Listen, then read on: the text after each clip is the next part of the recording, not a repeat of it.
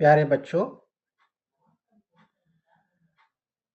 आज आपके क्लास 6 में हम आपको साइंस पढ़ाएंगे। आपकी साइंस की जो किताब एनसीईआरटी की चलती है,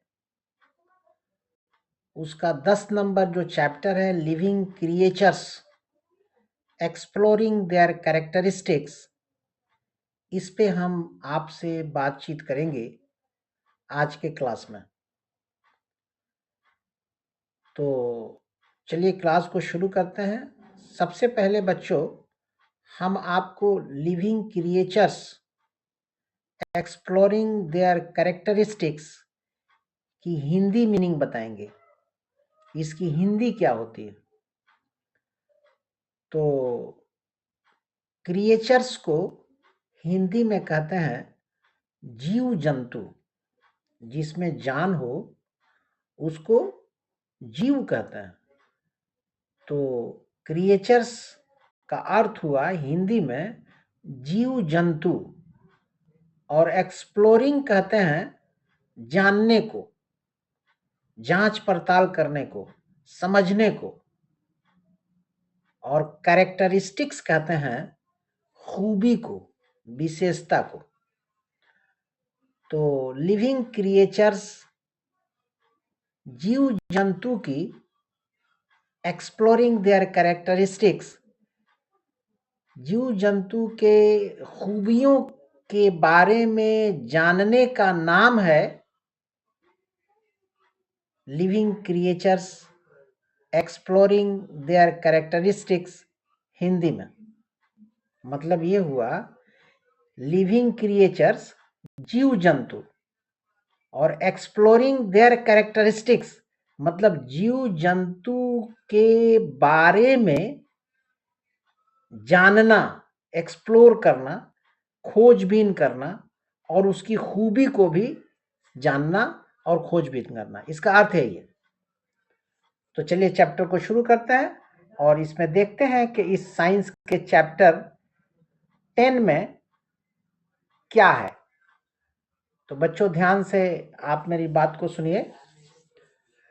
हम अंग्रेजी के हर लाइन को हिंदी में भी बताएंगे और हमारी कोशिश होगी कि आपको इस प्रकार से हम बताएं, और हम बताते भी हैं अपने बच्चों को कि हमारे बच्चे चैप्टर्स के अंदर जो बात है, चैप्टर के भीतर जो बात है, उसको कायदे से समझें और चैप्टर पे आधारित जो क्वेश्चंस हो उसका उत्तर खुद से लिखें। और ये आपके लिए अच्छी बात है। हम क्वेश्चन का आंसर खुद से लिखने को बच्चों को कहते हैं और कोशिश करते हैं कि चैप्टर को बच्चों को समझा दें। जब आप चैप्टर समझ जाएंगे तो चैप्टर पे जो बेस्ड क्वेश्चंस है, प्रश्न है, उसका उत्तर तो आप खुद से लिख लीजिएगा। तो चलिए ध्यान से चैप्टर की बातों को समझिए। आबादी, आबादी, अवधि एंड आयुष, ये दो नाम है। अवधि and Ayush go for a morning walk with their parents। ये दो बच्चे हैं जो अपने माता पिता के साथ सुबह के वक्त टहलने जाते हैं। समझ में आ रही बच्चों आपको बात? ये दो जो बच्चे हैं, जिनका एक का नाम अवधि है, दूसरे का नाम आयुष है, ये सुबह में टहलते हैं अपने माँ बाप के साथ। उसी के बारे में कहा गया है कि अवधि and Ayush go for a morning walk. ये दो जो नाम है अवधि एंड आयुष, ये सुबह में टहलने जाते हैं विद देयर पेरेंट्स, अपने माँ बाप के साथ। टहलने के दौरान क्या होता है इसको देखिए बच्चों। अवधि notices some shells and tries to pick them up। Avadi notices some cells and tries to pick them up. टहलने के दौरान अवधि ने नोटिस किया या करते हैं कुछ शेल्स को। शेल्स कहते हैं खोल को। खोल होता है जिसमें कोई चीज रखी जाती है, उसको खोल कहते हैं। तो अवधि ने कुछ खोल को देखा और उसको उठाने की कोशिश करते हैं। ये अवधि नोटिसेस, कुछ खोल को देखते हैं, एंड ट्राइज, और कोशिश करते हैं, टू पिक देम अप, उनको उठाने के लिए। तब आगे देखिए, her mother advises her not to do so. उनकी माँ ने उनसे कहा कि नहीं, एडवाइसेस मशवरा देती हैं, हर मदर एडवाइजेज हर, ठीक है ना। हर मदर एडवाइजेज हर, इसका मतलब ये है कि अवधि जो है वो कोई बच्ची है और आयुष बच्चा है। अवधि फीमेल है और आयुष मेल है, तभी तो आया है हर मदर एडवाइजेज हर। तो हर आया है अवधि के लिए। क्या मशवरा देती हैं अवधि की माँ? नॉट टू डू, नहीं नहीं उठाइए नहीं, ऐसा मत कीजिए। एंड एक्सप्लेन्स, और बताती हैं क्या? That the shell could be home to a living snail. अरे ये मत उठाइए, ये जो होल है ना, ये किसी जंतु का, ठीक है ना, जंतु का, ये आपके could be home to a living snail. Snail कहते हैं बच्चों घोंघा या जोंक को। फिर ध्यान से सुनिए, अवधि and Ayush go for a morning walk with their parents. अवधि और आयुष टहलने जाते हैं सुबह में अपने माँ बाप के साथ। इस दौरान अवधि देखती हैं कुछ सेल्स को, खोल को, एंड ट्राइज, और कोशिश करती हैं, टू पिक देम अप, उसको उठाने के लिए।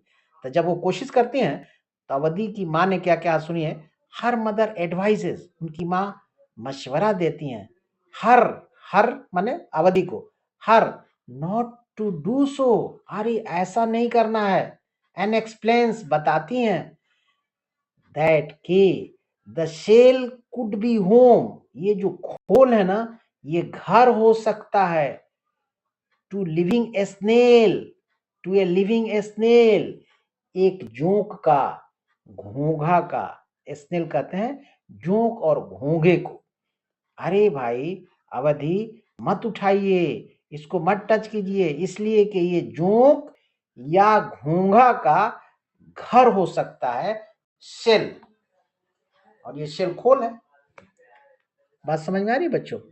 And is actually A part of its body, और ये खोली नहीं है, ये जो जीव है ना, ये जो घोंघा है, एक जीव है, उसके शरीर का एक भाग है। अवधि एंड आयुष वंडर, अवधि और आयुष को आश्चर्य होता है, how the shell that is not even moving could have a living being inside. अरे ये खोल जो चल भी नहीं पा रहा है, जो how the shell that is not even moving, ये चलता भी नहीं है, could have a living being inside, इसके अंदर कोई जीव भी हो सकता है क्या? ये दोनों बच्चे सोच रहे हैं। लेटर दैट, उसके बाद, later later day that in school Avadhi and Ayush share this incident with their friends.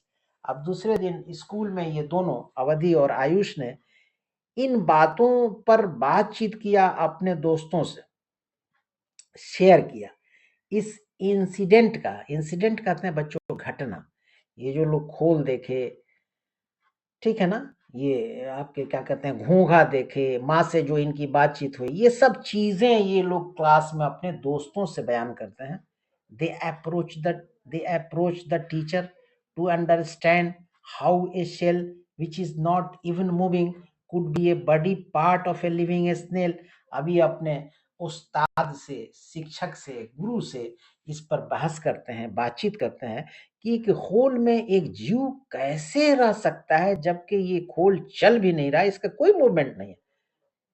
The teacher initiates, the teacher initiates, teacher अब बात को निकालते हैं, अब समझाने लगे टीचर। द टीचर इनिशिएट्स, अब ये शुरू करते हैं ए डिस्कशन, एक बातचीत इन द क्लास, क्लास में, on living and non living, living और नॉन लिविंग पे teacher started talking among the children.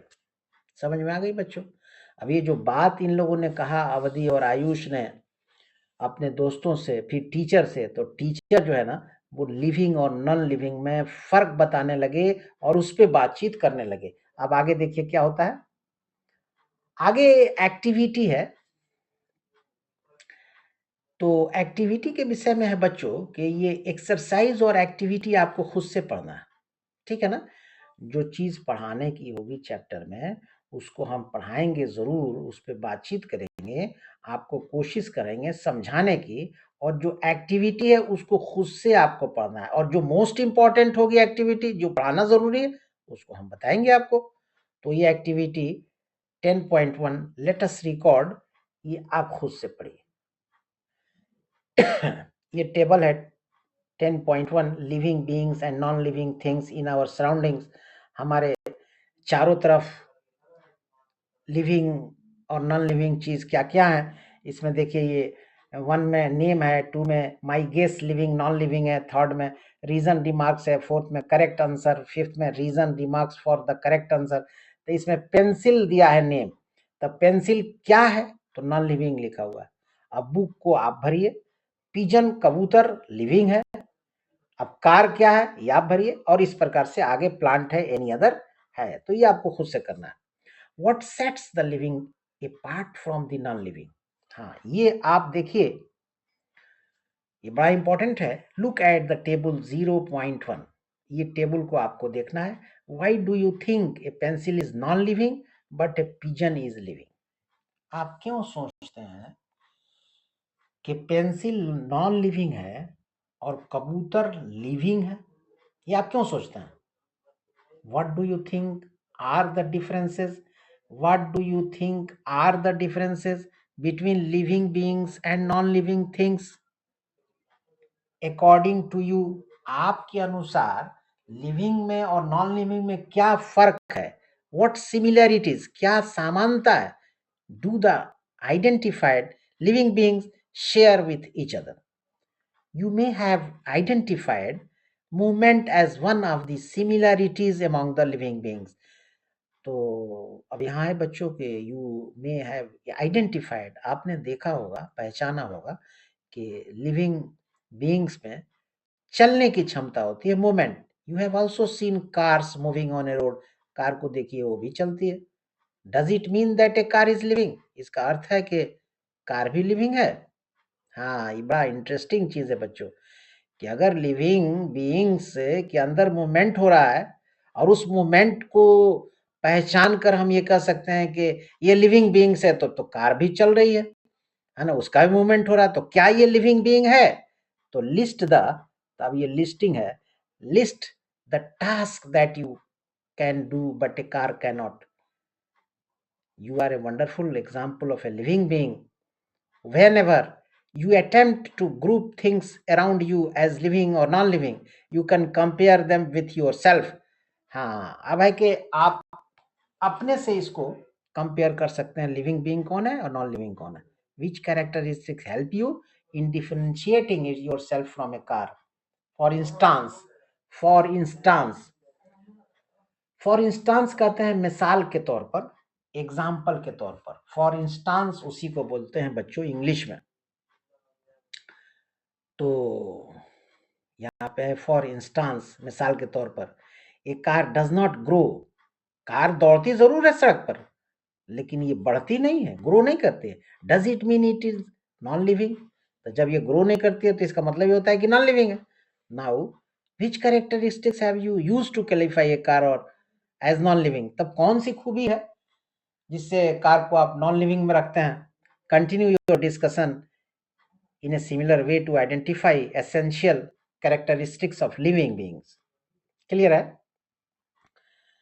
What are some common characteristics that make living beings very different from the non-living things? कौन सा चीज है? What are some common characteristics? Common क्या है जो दोनों में है? That make living beings very different, जो दोनों को अलग करता है, लिविंग बीइंग और नॉन लिविंग बीइंग को. What are some common characteristics? कुछ कॉमन कैरेक्टरिस्टिक्स क्या है that make living beings very different from the non living things, जो नॉन लिविंग को लिविंग थिंग से अलग करता है. Let us learn about them. चलिए उसको देखते हैं. Can we consider movement as one of the characteristics to differentiate between the living and non living? क्या मूवमेंट को ही हम फर्क बताने के लिए लेंगे या ले सकते हैं? List 5 things around you. 5 चीज जो आपके चारों तरफ, उसकी लिस्टिंग कीजिए. That can move in their own, जो अपने से चलता है. Do you think that all 5 things that you have listed can be considered as living just because they can move on their own? जो क्या आप जो खुद से चलता है उसको आप क्या कहते हैं कि लिविंग थिंग्स कह सकते हैं क्या? All 5 things that you have listed can be considered as living just because, इसलिए कि they can move on their own. However, unlike animals, plants do not move from one place to another. Do you consider them as living? तो plant भी तो नहीं चलता है इधर उधर, तो उसको भी क्या आप कह सकते हैं क्या? तो even though plants don't move from one place to another, plant भी एक जगह से दूसरी जगह नहीं जाता है. They do show certain types of movements. वो कुछ अलग टाइप का मूवमेंट दिखाते हैं. Opening of flower is one of the examples of movement in plants. Flower का, फूल का खुलना, मुंह का खुलना या खिलना, ये भी एक एग्जांपल है मुंह प्लांट के मूवमेंट होने का. Another example of movement is plants. Another example of movement in plants, दूसरा एग्जांपल प्लांट में मूवमेंट का है कि is seen in insectivorous plants. ठीक है ना? दूसरा जो देखा गया है वो इंसेक्टिवोरस प्लांट्स होते हैं, जो कीड़ा को खाते हैं ना बच्चों. इंसेक्टिवोरस कहते हैं उस प्लांट को जो कीट को खाते हैं, कीड़ा मकोड़ा को खाते हैं.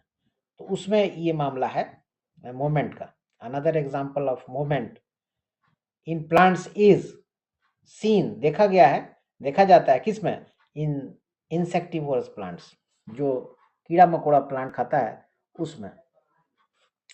अब बच्चों आगे देखिए. Insectivorous plants are dependent on insects for their nutrition. जो इंसेक्टिवोरस प्लांट्स होते हैं ना, वो निर्भर करते हैं इंसेक्ट पर अपने भोजन के लिए. Drosera is one of the examples of an insectivorous plants. ये नाम है ड्रोसेरा, ये एक एग्जांपल है इंसेक्टिवोरस प्लांट का. Drosera is featured with saucer shaped leaves. saucer shaped leaves कहते हैं उस पत्ती को जो तश्तरी की शक्ल की होती है. एक प्लेट को तश्तरी कहते हैं, तो जो तश्तरी के शक्ल की होती है उसको कहते हैं saucer shaped leaves having many hair like projections. उसमें बहुत लंबा बाल की तरह से मामला रहता है, प्रोजेक्शन निकला हुआ of unequal length with sticky ends. और जो उसका एंड होता है ना वो स्टिकी होता है, चिपचिपा होता है. स्टिकी कहते हैं बच्चों चिपचिपा. whenever an insect enters the saucer, जब कभी whenever माने जब कभी, whenever an insect, एक कीड़ा, enters the saucer में घुसता है, hairs move inward, तो उसका जो बाल है ना वो अंदर की तरफ जाता है, मूव करता है. एंड ट्रैप द इंसेक्ट, और कीड़े को पकड़ता है. विद देयर स्टिकी एंड्स, अपने चिपचिपे एंड के माध्यम से. Try to observe the mechanism of movement in other insectivorous plants. कहते हैं बच्चों कि आप कोशिश कीजिए देखने की कि ये मैकेनिज्म क्या है, mechanism of movement in other insectivorous, दूसरे इंसेक्टिवोरस प्लांट्स में. Climbers also wind themselves. या wind, climbers also wind themselves around any object placed close to them. हाँ, क्लाइंबर्स कहते हैं चढ़ने वाले को।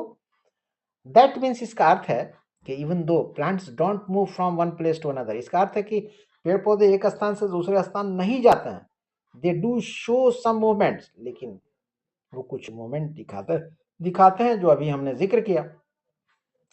Compare your self with the picture of your childhood, बचपना का यहाँ तस्वीर दिखाया गया बच्चों। देखिए, ये पहली तस्वीर है, उससे बड़ी ये है, उससे ऊपर लास्ट में लंबे खड़े हैं बच्चे, वो है। ये ग्रोथ ऑफ ए चाइल्ड है। तो उसी को कहा कि इसको कंपेयर कीजिए, मुकाबला कीजिए। कंपेयर योर सेल्फ, आप जो अपने को मुकाबला कीजिए कि आप बहुत छोटे थे, फिर आप थोड़ा बड़े हुए, फिर आप थोड़ा बड़े हुए। तो ये एक बड़ा अजीब मामला है। अब आगे बच्चों की, can you wear the dress that you used to wear 4 years ago, क्या आप उसी कपड़े को, लिबास को पहन सकते हैं जो 4 साल पहले आपने पहना था? नहीं पहन सकता। 4 साल पहले आप छोटे थे, अब वो कपड़ा आपको छोटा हो जाएगा चूंकि आप बड़े हो गए। नो, आगे है नहीं, because you have become larger in size, आप बड़े हो गए हैं। This is due to growth in your body, ये आपके बॉडी में ग्रोथ हुआ है इसी वजह से। Plants and other living beings also grow, plant और दूसरी जो चीजें हैं लिविंग बींग्स है वो भी बढ़ते हैं। Can we consider growth as characteristics of living beings? हाँ, तो क्या हम इसको मान सकते हैं कि लिविंग बीइंग्स में का ग्रोथ होता है, मतलब ये बढ़ते हैं? क्या ये एक बड़ी कैरेक्टरिस्टिक्स हो सकती है? Living beings need food, living being को खाने की जरूरत होती है जीने के लिए, for their growth and development, चलने के लिए, जीने के लिए।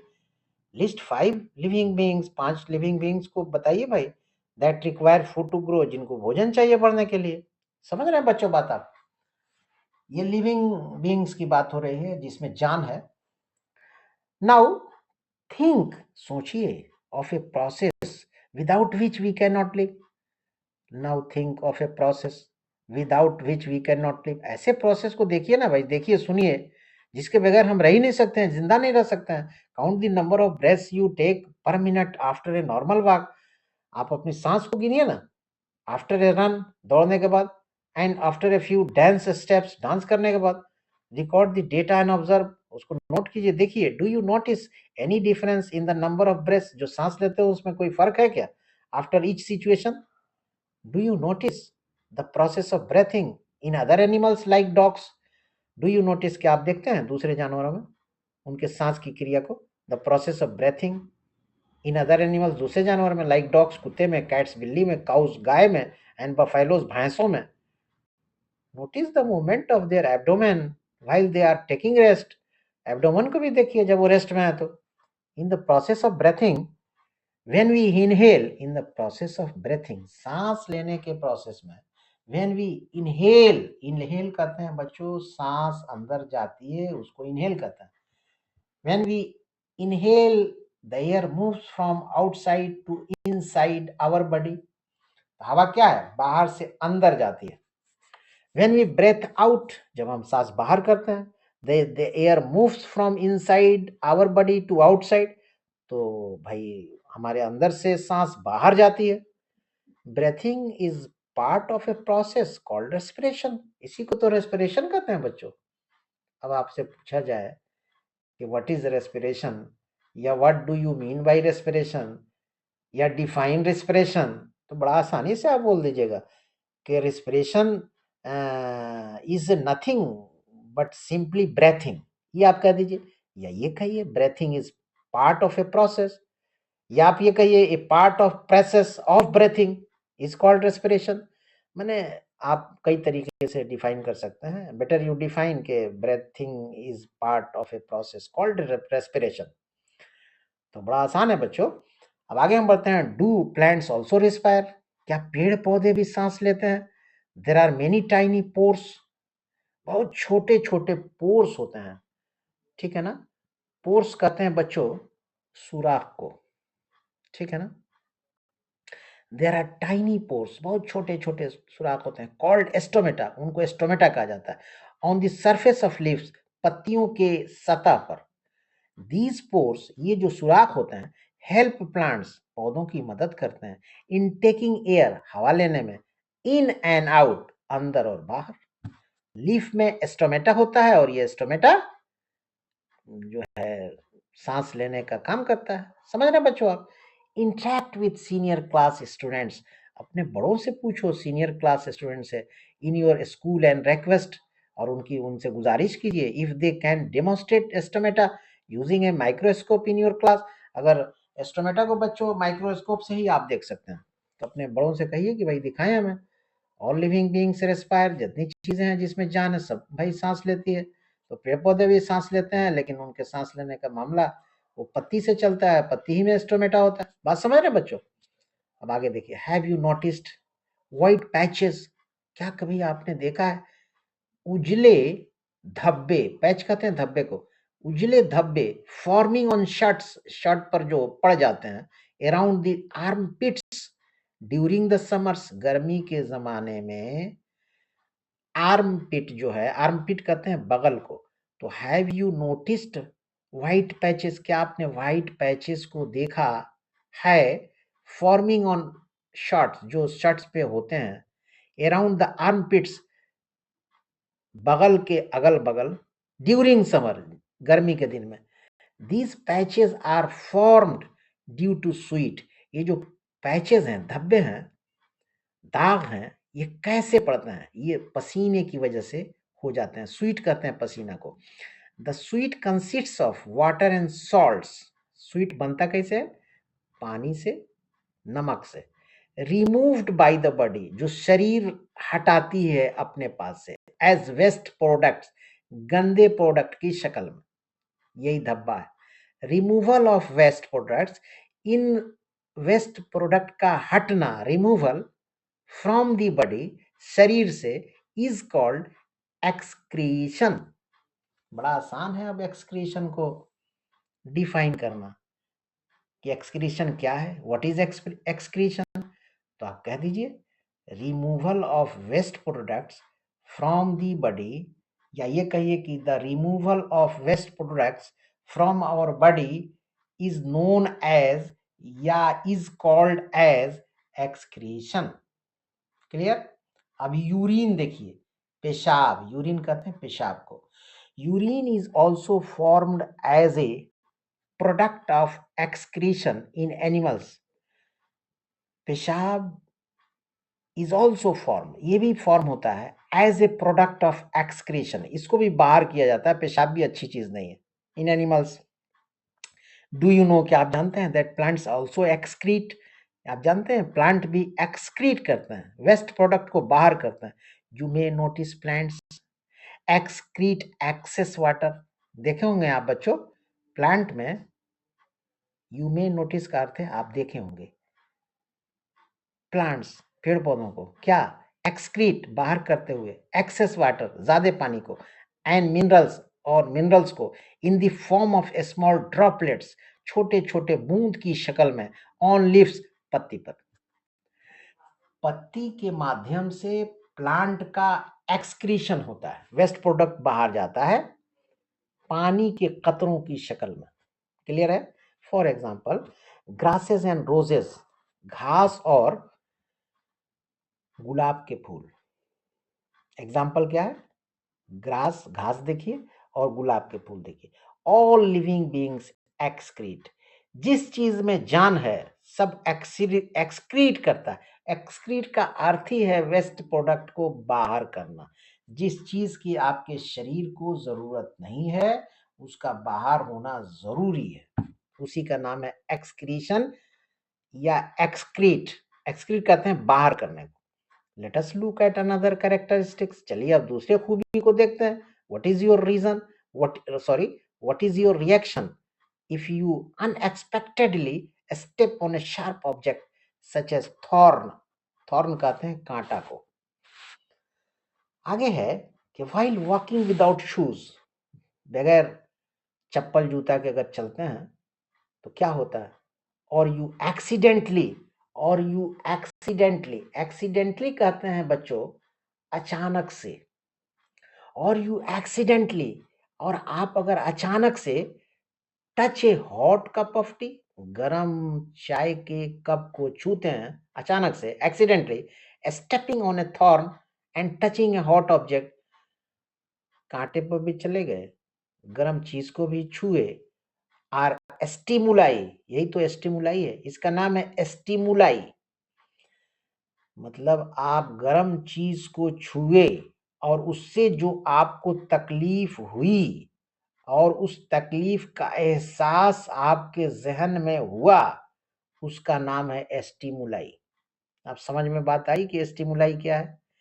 आगे देखिए, एनीथिंग और एनी इवेंट, कोई भी चीज या कोई भी घटना that prompts living beings to respond, जो लिविंग बीइंग्स को मजबूर करती है जवाब देने के लिए, इज कॉल्ड स्टिमुलस, उसका नाम है स्टिमुलस।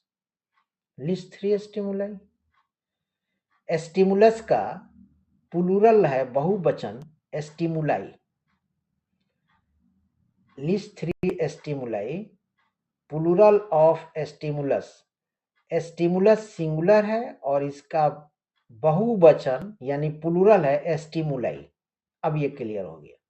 मतलब ये हुआ कि स्टिमुलस का प्लूरल है स्टिमुलाई, ठीक है। And your body's instant response to them, और आपका शरीर इसका तुरंत उत्तर देता है। उत्तर से मतलब ये है कि आपको दर्द होगा, अजीब हाल होगा, शरीर एक उल्टा जो है रिएक्शन लेगी, तो ये तमाम चीजें हैं, इसका नाम स्टिमुलस है, स्टिमुलाई। ठीक है, आगे देखिए बच्चों, do plants also respond to stimuli, क्या पेड़ पौधों में भी ये स्टिमुलस होता है? Yes, plants also respond to stimuli, हाँ इसमें भी ये मामला चलता है। For example, touch me not, हाँ मुझे ना छुओ, मीमोसा, छुई मुई, लज्जालू। Plants fold their leaves when we touch them, अगर इनको छू देते हैं ना, ये पौधों के को हम छूते हैं, तो होता क्या है कि इनके जो पत्तियां ना वो अपने को मोड़ लेती हैं। प्लांट्स फोल्ड देयर लीव्स, अपनी पत्तियां को मोड़ लेते हैं। व्हेन वी टच देम, जब उनको छूते हैं। हैव यू, यही तो मामला है, छुए तो उनको एहसास हुआ और उस एहसास का जवाब है कि पत्ते को उन्होंने मोड़ लिया, इसी का नाम है स्टिमुलाई है। When we touch them, have you also observe that certain plants fold their leaves after sunset, सूरज के बाद भी कुछ हैं जो वो अपने पत्तों को मोड़ लेते हैं। स्पेशली, खासतौर से leaves of certain plants facing each other tend to come together. This can be observed in sleeping leaves of amla, ये आमला में मिलेगा, इंडियन गूसबेरी आमला को कहते हैं। All living beings respond to stimuli, जिसमें भाई जान है बच्चों, वो रेस्पॉन्ड टू स्टिमुलाई है। वो मतलब आप उसको टच करेंगे तो उसका असर उस पर प्रभाव जाएगा और उसका वो जवाब देगा या उसको एहसास होगा, एहसास ही तो जवाब है, तो उसी का नाम है respond to stimuli. Find a few more plants, कुछ पौधों को आप और देखिए इन योर नेबरहुड, अपने पास पड़ोस में, विच फोल्ड देयर लीव्स, जो अपने पत्तियों को मोड़ लेते हैं आफ्टर सनसेट, सूरज डूबने के बाद। आगे देखिए बच्चों, why do the leaves of chhui mui and amla plants respond in this वे, कैसे जो है वाई डू द लीव्स, क्यों ये जो छुई मुई और आमला के जो आमला प्लांट्स के जो हैं वो रेस्पॉन्ड करते हैं और अपने पत्तियों को मोड़ लेते हैं। Why do leaves of chhui mui and amla plants respond in this way, ऐसे क्यों करते हैं? Which stimulus could be responsible for their behaviour? Have you seen young ones of cats, हाँ यहाँ देखिए बच्चों, क्या आपने कभी देखा है कैट्स के बच्चों को, डॉग्स कुत्तों के बच्चों को और other animals? List young ones of 5 different animals, कहते हैं कि लिस्ट कीजिए 5 अलग अलग जानवरों के। Have you seen young ones of any non living things, क्या कभी आपने नॉन लिविंग थिंग्स के यंग वंस को देखा है? Such as pencil, a chair, a pencil, a chair और an electric bulb.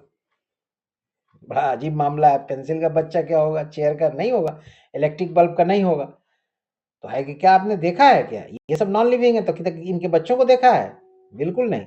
All living beings reproduce, जितने living beings है उनके अंदर रिप्रोडक्शन की क्रिया होती है, मतलब अपने वंश को आगे बढ़ाने की। और रिप्रोडक्शन इज द प्रोसेस, अब देखिए रिप्रोडक्शन की यहाँ परिभाषा है, reproduction is the process of producing new ones of one's own kind. Reproduction एक प्रोसेस है जिसमें अपनी ही तरह का जो है बच्चे जन्म लेते हैं, वही इज रिप्रोडक्शन नेसेसरी। रिप्रोडक्शन क्यों जरूरी है? It is necessary for the continuity of life. ये इसलिए जरूरी है कि हमारा जीवन इससे आगे बढ़े, हमारा वंश आगे बढ़े, ठीक है ना, और ये संसार चलता रहे और लोग यहाँ मौजूद रहें। समझ में आ रही बच्चों बात? अब आगे देखिए, when a living beings is not able to exhibit, exhibit कहते हैं बच्चों, बड़ा ध्यान से बात को समझिए। यहां है कि when a living beings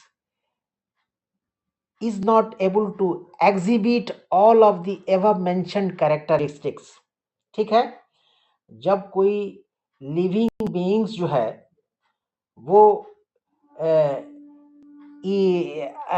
exhibit नहीं करता है, नहीं दिखाता है, when a living beings is not able to exhibit all of the above mentioned characteristics, जो ऊपर में जो चीजें बताई गई हैं और वो चीजें लिविंग बीइंग्स में नहीं पाई जाती हैं, डिस्पाइट, ठीक है ना, डिस्पाइट कहते हैं इसके बावजूद, despite the availability of all resources like food, air and water needed for being alive, it is said to be dead।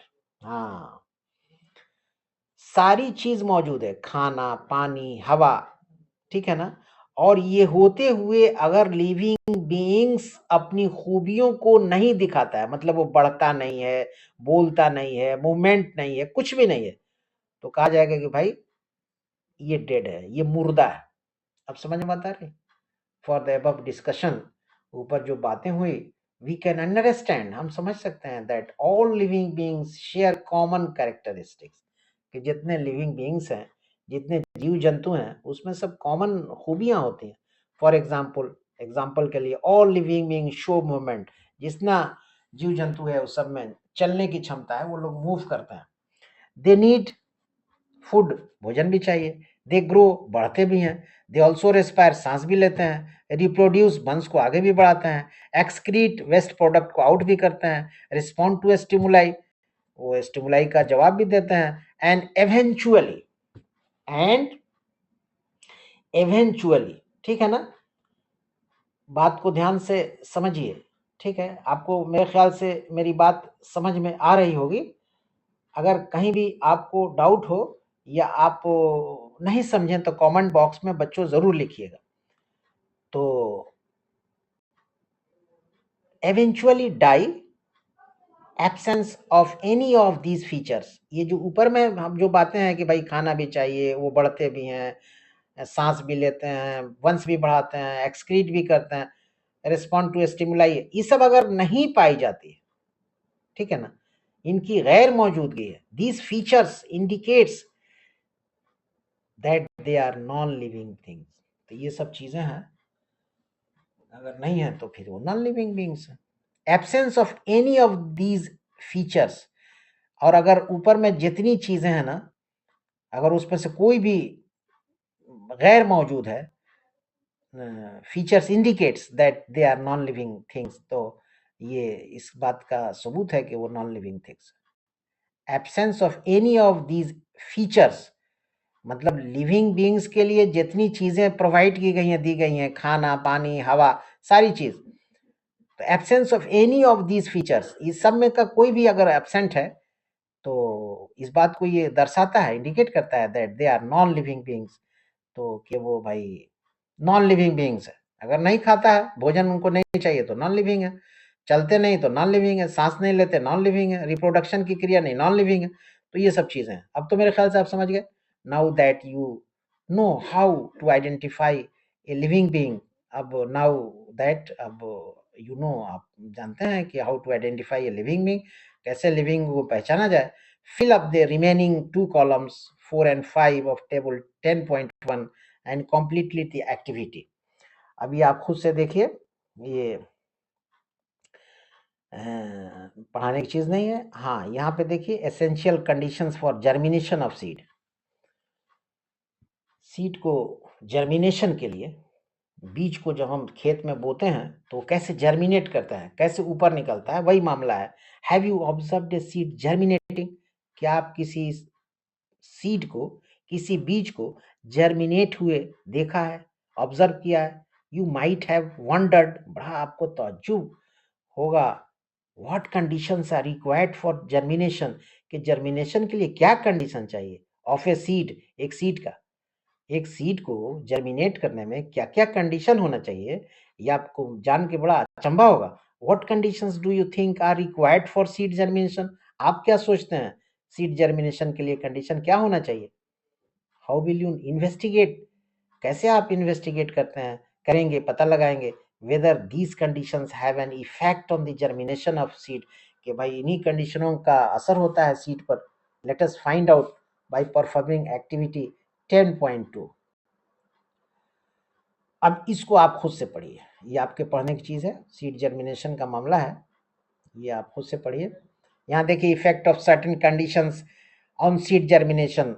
Seed जब जर्मिनेट करता है तो उसका इफेक्ट ऑफ सर्टेन, तो कंडीशन का असर क्या होता है, ठीक है ना, इफेक्ट क्या होता है, तो ये आपको खुद से पढ़ना है। जैसे pot with bean seeds, availability of, ठीक है ना, नीचे लिखा air, sunlight, water, seed germination, prediction, observation, possible reason for the observation, तो you have to write yourself, ये अपने से आपको लिखना है, भरना है, तो ये आप खुद से देख लीजिए।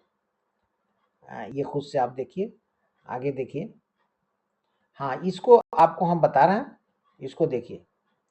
तो do you think sunlight is necessary for germination, यहाँ से आपको पढ़ा रहे हैं।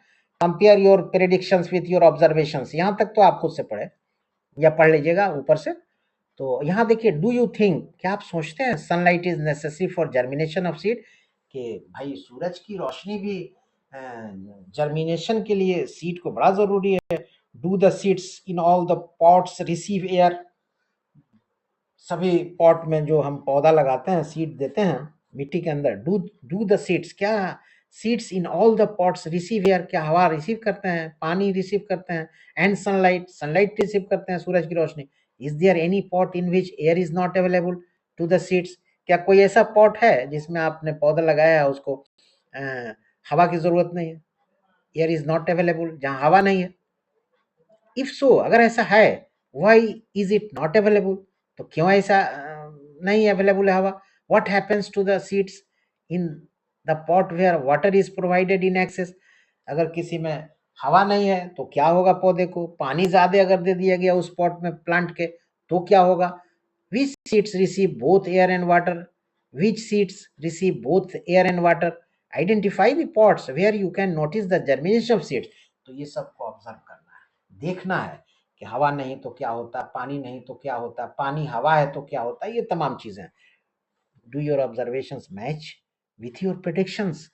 Right possible reasons in favour of your observations in table 0.2। Based on your observations state conditions which favour seed germination.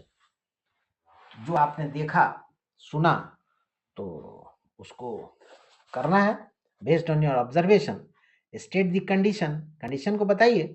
Which favour seeds की, seed germination के लिए क्या क्या चीजें जरूरी थी और कितने मकदार में थी कि सीड जो है उसने जन्म ले लिया, मिट्टी से ऊपर आ गया, यही बात यहाँ कही गई। Which of the following are essential for seed germination, seed germination के लिए क्या क्या चीज जरूरी है?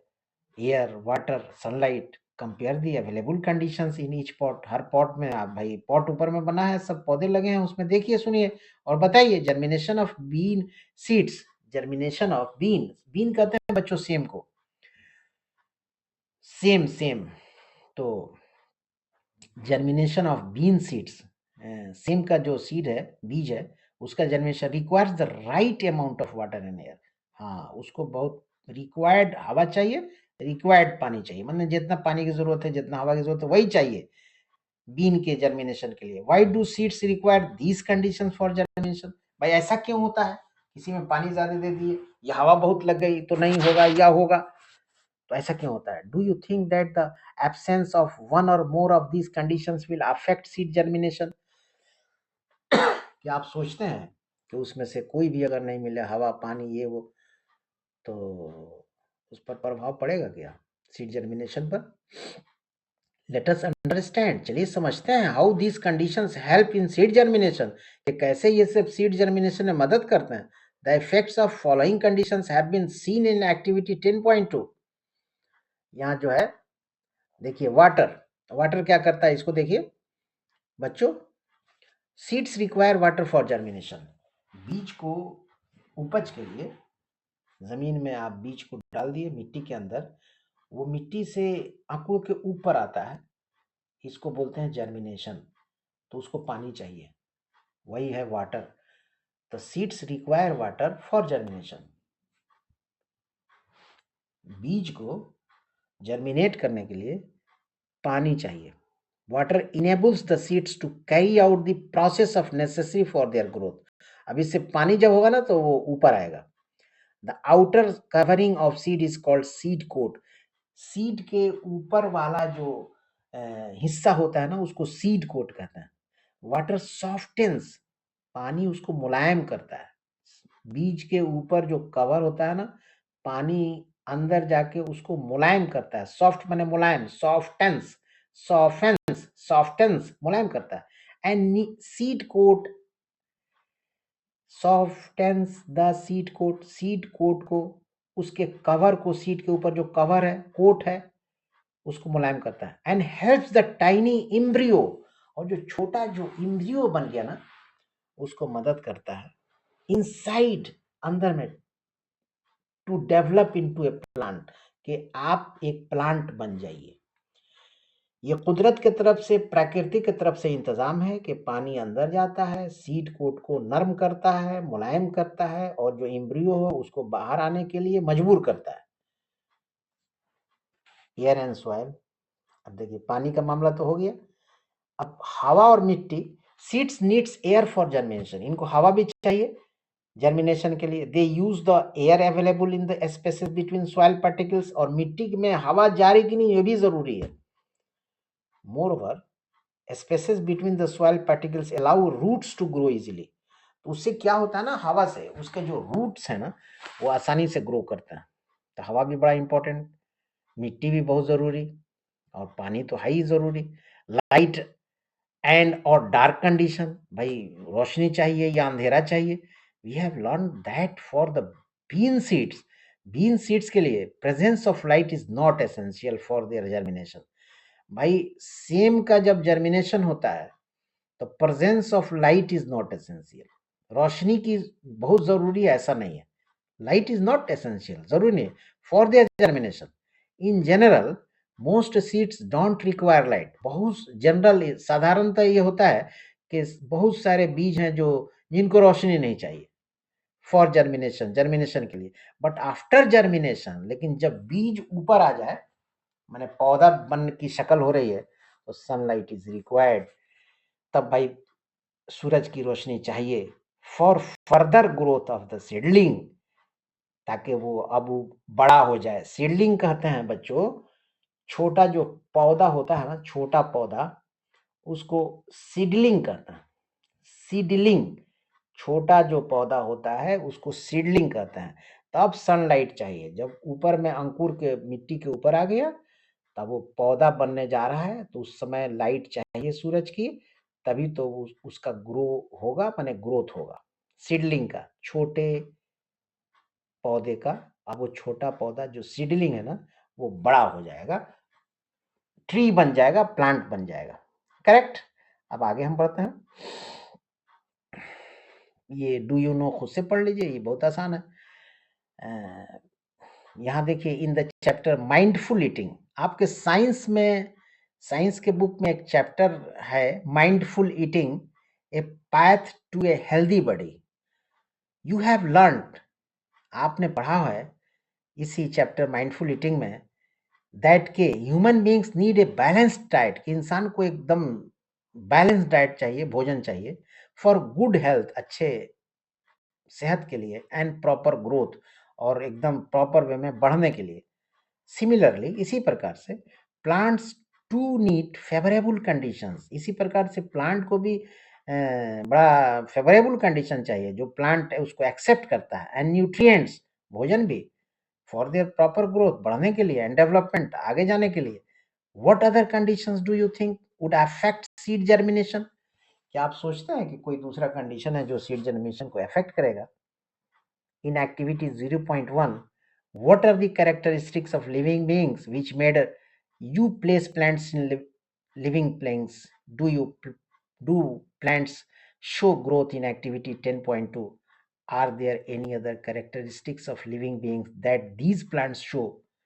Let us study another characteristics that can be seen clearly in plants, growth and movement. ये important उतना नहीं है, इसलिए हमने हिंदी इसका नहीं बताया, लेकिन आप समझ गए होंगे। अब growth and movement in plants, इसको आप देखिए, how do plants respond to sunlight? ये सनलाइट को कैसे इसका रिस्पॉन्ड करते हैं? Does sunlight affect the direction of growth of different parts of plants? In which direction would the root and shoot of a plant grow and move if the plant is placed inverted? Inverted कहते हैं उल्टा को। अगर उल्टा हो गया plant तो किधर शूट जाएगा, किधर रूट जाएगा, इसी के बारे में यहाँ बात हुई है। How would you design an activity, how would you design an activity to find answer to this questions? ये क्वेश्चन का आंसर कैसे आप पाएंगे, इसके लिए एक्टिविटी डिजाइन कीजिए, ये आपको खुद से करना है, सोचना समझना है। एक्टिविटी 10.3 है, ये खुद से देख लीजिए, ठीक है। अब आगे बढ़ते हैं हम, ये खुद से एक्टिविटी देखिए। अब यहाँ देखिए, growth of root and shoot under different condition है। यहाँ पे जैसे बीकर्स ए बी सी है, इसमें direction of sunlight, direction of plant, shoot root, direction of growth of root and shoot, predictions, observations, इसमें ए बी सी है। Beakers में जैसे ए में डायरेक्शन ऑफ सनलाइट में ऑल डायरेक्शंस है, डायरेक्शन ऑफ प्लांट में अपराइट है, और यहाँ शूट रूट में शूट है। इस तरह से नीचे बी और सी में आप खुद से पढ़िए और समझिए। आगे बढ़ते हैं। अब ये नो ए साइंटिस्ट है, ठीक है ना, इनको हम पढ़ाते हैं, जगदीश चंद्र बोस हैं। ये 1858 और 1937, 1858 1937 के बीच के हैं। वाज एन इंडियन साइंटिस्ट, ये भारत के साइंटिस्ट हैं, who did some fascinating experiments. इन्होंने कुछ ऐसा एक्सपेरिमेंट किया जो फैसिनेटिंग है, एकदम दिल को मोह लेने वाला है, विथ प्लांट्स, प्लांट के साथ। ही बिल्ट ए मशीन, उन्होंने एक मशीन बनाया, कॉल्ड ए क्रेस्कोग्राफ, क्रेस्कोग्राफ एक मशीन बनाया, टू रिकॉर्ड करने के लिए how plants respond to stimuli like light, कि कैसे प्लांट स्टिमुलाई करते हैं, स्टिमुलाई का रिस्पॉन्ड करते हैं, जैसे लाइट है, हीट है, इलेक्ट्रिसिटी एंड ग्रेविटी है। विद दिस मशीन, इस मशीन के माध्यम से he could major how fast plants grow, कि पेड़ कैसे कितना कैसे बढ़ते हैं, इस मशीन से पता लग जाएगा। ही ऑल्सो शोड, उन्होंने ये भी दिखाया, that plants can sense and respond to stimuli, कि इनके अंदर शौर भी होता है, समझ में है, और तमाम तरह बातें हैं। ये बड़े भारत के बड़े साइंटिस्ट हैं जिनका नाम जगदीश चंद्र बोस है। समझ में आ रही बच्चों बात? अब ये life cycle of A plant है, इसको आप खुद से पढ़िए, 10.4 में है, ये पढ़ाने की चीज़ नहीं है। आगे बढ़ते हैं, आगे देखिए, लाइफ साइकिल ऑफ एनिमल्स है, ठीक है ना। ये खुद से पढ़िए, लाइफ साइकिल ऑफ मॉस्किटो है, माने बच्चे से लेके जब बूढ़े तक, ये स्टेज होता है ना, सब स्टेज होता है, जानवरों का स्टेज होता है, बचपना है, फिर उसके ऊपर है, फिर उसके ऊपर है, उसी तरह लाइफ साइकिल ऑफ मॉस्किटो है, कि कैसे मॉस्किटो जो है वो चलता है, फिर मरता है, फिर आता है, तो ये लाइफ साइकिल है, ठीक है ना। तो ये खुद से पढ़िए, ये पढ़ाने की चीज़ नहीं है, ठीक है। अब आगे देखिए, आगे मैं लेट अस एनालाइज, ये आप खुद से पढ़िए, ठीक है। अब आगे हम बढ़ते जाते हैं, ये खुद से पढ़, लाइफ साइकिल ऑफ फ्रॉग है, ये आपको हम बता रहे हैं, देखिए ये इंपॉर्टेंट है। Avadi and Ayush are dressed up in full sleeves shirts and full pants today. It has been raining intermittently. Intermittently कहते हैं बच्चों पारी पारी से आने को, पारी पारी आने वाले को इंटरमीडिएटली कहते हैं। Avadhi and Ayush are dressed up, इन लोग कपड़ा पहन चुके हैं। In full sleeves and shorts and full pants today, it has been raining, रुक रुक के वर्षा, बारी बारी से वर्षा होती रही है। फॉर ए वीक, एक हफ्ते तक। They are going out of their classmates for an activity after a brief walk led by their science teacher के साथ। They reach a shallow pond. Shallow pond कहते हैं बच्चों जो गहरा नहीं है, छिछला, शैलो कहते हैं छिछला को। It is surrounded by trees and tall grasses, बहुत घास है, जंगल है, पेड़ पौधों से ये मतलब घिरा हुआ है। द टीचर कॉशंस, है ना, द टीचर कॉशंस, सावधानी करते हैं, कॉशन कहते हैं सावधानी करने को। The teacher cautions them to watch everything from a distance, कि भाई देखो, वॉच करो, विदाउट कॉजिंग एनी डिस्टर्बेंस, कोई भाई डिस्टर्बेंस, हल्ला गुल्ला शोर नहीं होना चाहिए। You may also go to a small water body during the rainy season with a facilitator and explore it by taking due safety precautions। Facilitator कहते हैं बच्चों, फैसिलिटेटर कहते हैं सहायक को, मदद करने वाले को। You may notice a white jelly-like substance on the surface of water towards the edge of the pond. This may also be attached to plants growing or around the water, growing in or around the water. This jelly-like substance is actually a cluster of eggs of a frog and is known as a spawn। यहाँ है कि you may notice, आप ये notice किए होंगे, white jelly like structure on the surface of water, पानी के सतह पर, toward the edge of the pond, पोखरा के किनारे। This may also be attach to plants, ये प्लांट से जुटा भी रहता है, ग्रोइंग इन और अराउंड द वाटर, पानी के चारों तरफ। दिस जेली लाइक सब्सटेंस, ये जेली लाइक सब्सटेंस जो है, is actually cluster of eggs, ये अंडों का झुंड है, ऑफ ए फ्रॉग, एक मेढक के, और उसका नाम है spawn. Observe the features of all the stages of a frog shown in figure 10.7. How will you decide the sequence of giving stages A, B, C, D, E, F? Some of the stages show distinct changes. Some of the, ठीक है, some of the stages show distinct changes in their initial and final shapes. Record these changes in table 10.5। ठीक है, अब यहाँ देखिए, ये मेढक का मामला है, डिफरेंट स्टेजेस हैं, शक्लें हैं मुख्तलिफ। Based on the observation listed table in table 0.5, draw the life cycle of a frog. Compare the figure drawn by you with figure 10.10। अब यहाँ देखिए, changes in different life stages of a frog है, A B C D E F है, इसको आप खुद से देखिए। अब some of the stages have been clubbed together, clubbed कहते हैं मिला हुआ, मिला हुआ को क्लब्ड करना है। Some of the stages have been clubbed together, एक साथ सब मिले हुए हैं। For examples, stages A and F in figure 10.7, A और एफ जो है 10.7 फिगर में, have been kept under stage 1, वो स्टेज 1 में रखा गया है। आप फिगर देखिएगा, हम जो बता रहे हैं इसको मिलाइएगा तो आप सेम आपको मिलेगा। You will find 4 stages in life cycle of a frog. 4 stage मिलेगा फ्रॉग के, मेढक के लाइफ साइकिल में। द एग स्टेज, पहला स्टेज है egg stage, which progresses to the embryo stage, जब एक से एम्ब्रियो में जाता है। द टैडपोल स्टेज, तब तीसरा टैडपोल स्टेज है, consisting of an early stage with a tail and no legs, एक दुम होता है और पैर नहीं होता है, and a late stage with hind legs, और आगे एक स्टेज है उसका जिसमें हाइंड लेग्स होता है, पिछले पैर को हाइंड लेग्स करना है, द फ्रॉगलेट स्टेज, और आगे है froglet stage, and the adult frog stage, और आगे है एडल्ट, बड़ा हो गया फ्रॉग स्टेज। ये फिगर 10.8 है। यहाँ देखिए, यहाँ लाइफ साइकिल है जो हम आपको बताए हैं, वही सारी चीजें हैं। अब discuss in the class along with the following points. अब अपने ये सब पॉइंट्स है, इसको पढ़िए, देखिए और अपने क्लास में डिस्कस कीजिए अपने दोस्तों के साथ। ये है, do you think that birds also showed significant changes in the various stages of their life cycle? क्या चिड़िया भी अपने जीवन में लाइफ साइकिल में डिफरेंट स्टेजेस को शो करती हैं? How does the life cycle of animals differ from that of plants, जानवरों का प्लांट से कैसे फर्क होता है, ठीक है, लाइफ साइकिल का। इसमें देखिए plants and animals are a part of living world, ये दोनों जो है ना संसार के जो है एक हिस्सा हैं, प्लांट्स एंड एनिमल्स, जानवर और पेड़ पौधे, plants and animals are part of the living world. They go through various changes, बहुत चेंज इनके अंदर होता है during the course of their lifes, अपने जीवन में।